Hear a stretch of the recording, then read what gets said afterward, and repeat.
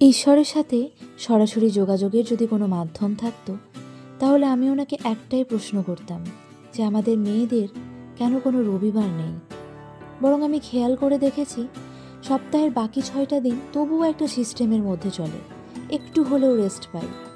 কিন্তু এই রবিবারটা, বিশেষ করে যারা ওয়ার্কিং ওম্যান, তাদের জন্য যে কতটা ভোগান্তির তা একমাত্র তারাই জানে।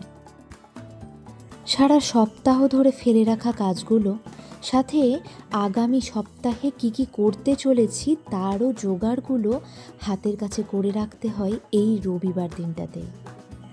আর কোনো এক রবিবারে আপনি যদি এটা ঠিক করে থাকেন যে আপনি ফ্রিজ পরিষ্কার করবেন, তাহলে এই কর্মসূচিটি একাই 100 আপনার রবিবারটাকে সম্পূর্ণরূপে মাটি করে দেওয়ার জন্য। পৃথিবীতে যদি জঘন্যতম বলে কোনো কাজ হয়, তাহলে ওই ফ্রিজ পরিষ্কার। আর 2 হলো প্রেশার কুকার মাজা। আমি জানি না আপনাদের কেমন লাগে, কমেন্টে জানাবেন অবশ্যই।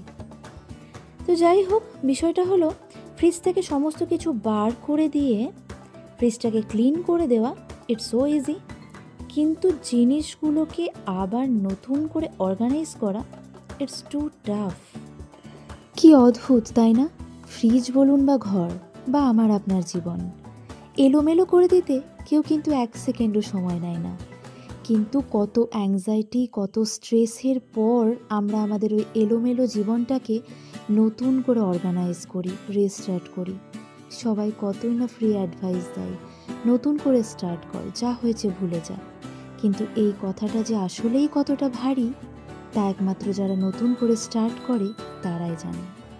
তবে এই যে দুর্গাপুজোর 1 মাস আগে থেকে আমাদের প্রতিটা বাঙালির ঘরে ঘরে এই যে ঘর ঝাড়াঝাড়িকে কেন্দ্র করে যে ঝামেলা অশান্তিগুলো চলে, তা কিন্তু বেশ মজার।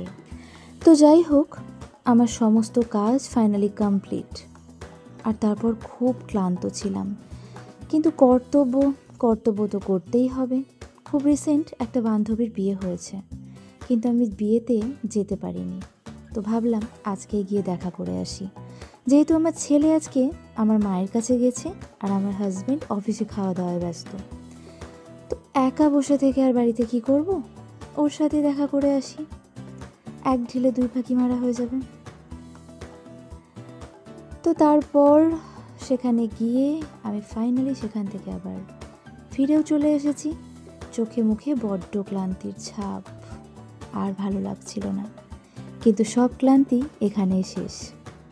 বিয়ের আগে এই সার্ভিসটা বাবার থেকে পেয়েছি, আর এখন ওই একই কাজ বর করে। এ এক মধুর স্মৃতিচারণা।